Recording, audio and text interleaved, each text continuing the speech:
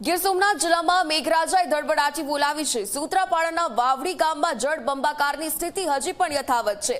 વાવડીથી સૂત્રાપાડાને જોડતો આ મુખ્ય માર્ગ જે જળમગ્ન થયો છે। રસ્તા પર પાણી ફરી વળતા વાહન વ્યવહાર પણ પ્રભાવિત થયો છે। તો સતત વરસાદની પરિસ્થિતિ અને જેના કારણે ઘણા એવા વિસ્તારોમાં પાણી ભરાવના દ્રશ્યો તો સામે આવ્યા જ છે।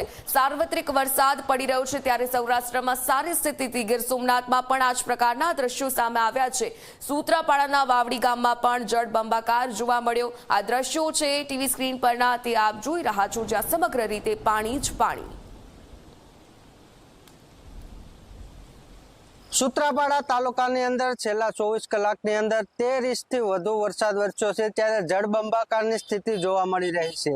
હું તમને દ્રશ્ય બતાવીશ। સૂત્રાપાડા તાલુકાના વાવડી ગામના આ દ્રશ્યો છે જેમાં ખેતરોમાં પાણી ભરાયા છે। જ્યારે ખેતરોમાં પાણી ભરાયા બાદ વાવડીથી સૂત્રાપાડા તાલુકાને જોડતો જે હાઈવે છે તે હાઈવે પાણીમાં ગરકાવ થયો છે અને ગરકાવ થવાને કારણે વાહન વ્યવહાર પણ પ્રભાવિત થયો છે।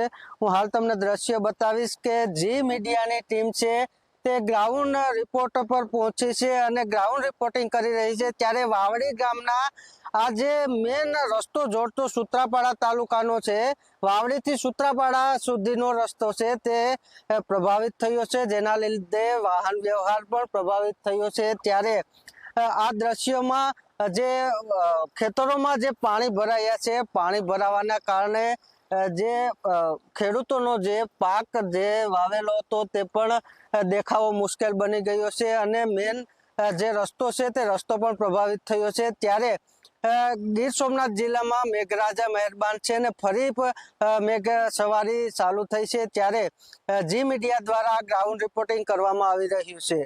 શૈલેષ નાઘેરા, જી મીડિયા, ગીર સોમનાથ।